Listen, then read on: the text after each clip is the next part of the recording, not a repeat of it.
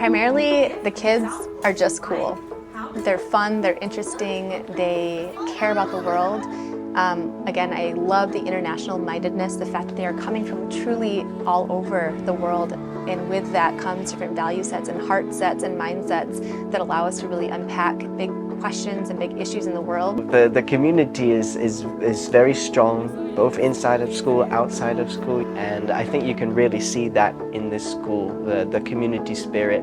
Well, at SIS, of course, as an IB school, everything we do is student-centered. So all of our classes we look at student agency and like what do they want to learn or what do they want to get out of this unit of inquiry, or teaching them math but not teaching it very traditional ways, more getting them to understand, yeah, we can multiply, but how do you multiply? How does that work? How do you apply it in your life? And I think that that's a much better way for our students to learn.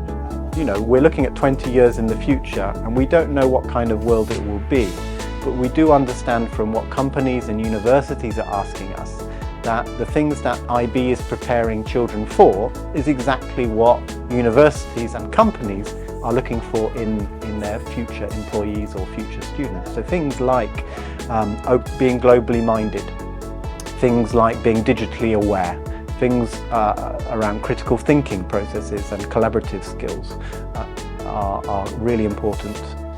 In college counseling, we're trying to follow a top-to-bottom approach, whereby, yes, the end goal is for our DP students to enroll into universities that they would like to study in, and also the studies that they would like to follow.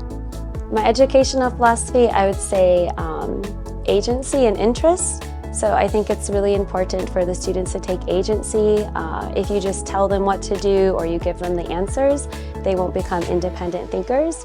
So you have to find opportunities for them to explore, to say, phrase things as questions instead of answers, to ask them what they think and then guide them towards using the tools around them or researching or just using what's around their area. Like young children will look around the world and they'll ask questions like, why is this leaf green? Why is it red now? What changes happen?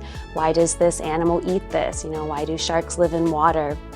And we can give them the answers, but it's better if we read a book about it or say, what do you think? And then take their ideas and just give them that agency to learn, but also how to give them the agency to become lifelong learners. What I really like is the relationship between staff. Like, staff is very supportive of each other, and then the way that we use that kind of support system as staff to make the environment the best we can for the students.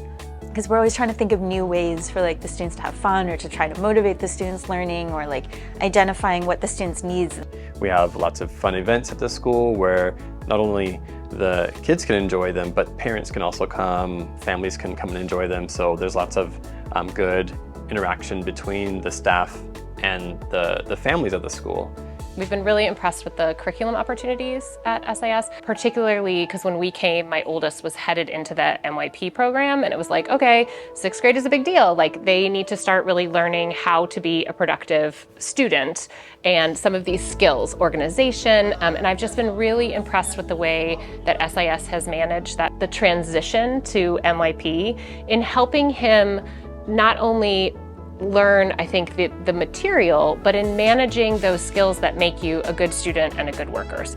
I think SIS is helping me grow as a student because it's giving me opportunities that I would never ever have gotten if I hadn't been to SIS. How they let us volunteer for Culture Day and they let us volunteer for all of these things, for example, Second Harvest.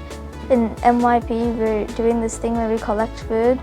We are in touch with people who have the ability to send these to the people who don't have food.